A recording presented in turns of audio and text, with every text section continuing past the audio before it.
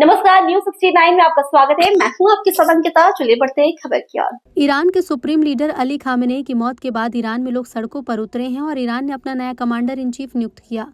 Iran ने Khamenei की मौत के बाद 40 दिन का राष्ट्रीय शोक घोषित किया। इजरायल और अमेरिका के हमले की निंदा संयुक्त राष्ट्र प्रमुख ने भी की। ईरान ने नए सुप्रीम लीडर का ऐलान कर दिया है और हमले के बाद भड़के ईरान ने भी पड़ोसी देशों में स्थित अमेरिकी एयरबेस को निशाना बनाया। हमले ऐसे समय में हुए जब हाल ही के दिनों में तनाव बढ़ गया है।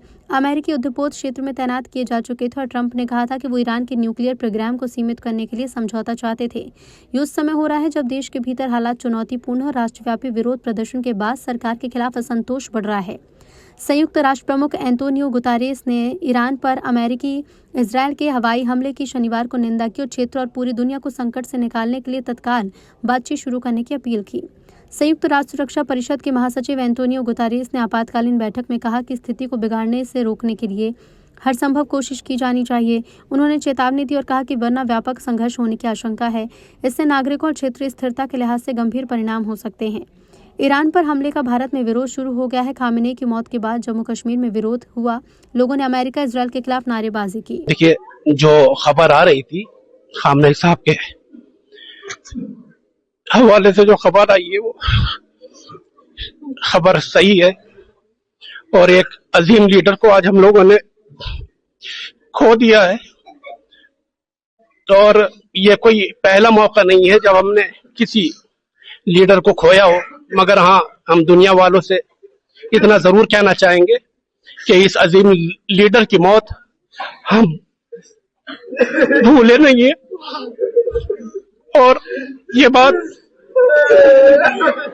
हम अपनी नस्लों को ही बतलाएंगे और हमारी नस्लें इस बात को हमेशा याद रखेंगी कि किस तरीके से रोजे की हालत में हमारे अजीम लीडर को धोखा दे करके अमेरिका और इसराइल जलील लोगों ने शहीद किया है। देखिए, मैं तो साफ बात करना चाहूंगा कि मुसलमानों में एक तबका ऐसा है जो इमाम हुसैन अलैहिस्सलाम के रास्ते पे चलता आया है और जिसका हमेशा से ये कहना रहा है कि हम मजलूम की हिमायत में आवाज उठाते रहेंगे। आज खामेनेई साहब की शहादत हुई, मगर मैं दुनिया वालों से ये कहना चाहता हूं कि वो इस बात का जवाब दे खामेनेई साहब की शहादत हुई किस लिए, अमेरिका से दुश्मनी क्यों थी, इसराइल से दुश्मनी क्या थी। सिर्फ उनकी दुश्मनी ये थी कि वो मजलूम फिलिस्तीनियों के हक में आवाज उठाते रहे, दुनिया खामोश रही और जो भी ईरान के तरफ और ईरान की तरफ से नहीं बोला है, मैं उनको यही कहूंगा, वो नाम के मुसलमान हो सकते हैं मगर हकीकत में वो सब के सब यजीद के तरफदार हैं और जो हुसैनी है वो हमेशा मजलूम की तरफदारी करता आया है। और ये सिलसिला ऐसा नहीं है खामेनेई साहब की शहादत के बाद खत्म हो जाएगा। ये शहादत हमारी मीरास और इंशाअल्लाह ये सिलसिला इसी तरीके से आगे चलता रहेगा। बिस्मिल्लाहिर्रहमानिर्रहीम, इन्ना लिल्लाहि व इन्ना इलैहि राजिऊन। बड़ी अफसोसनाक खबर आज ये ईरानी मीडिया के जरिए से पता चली।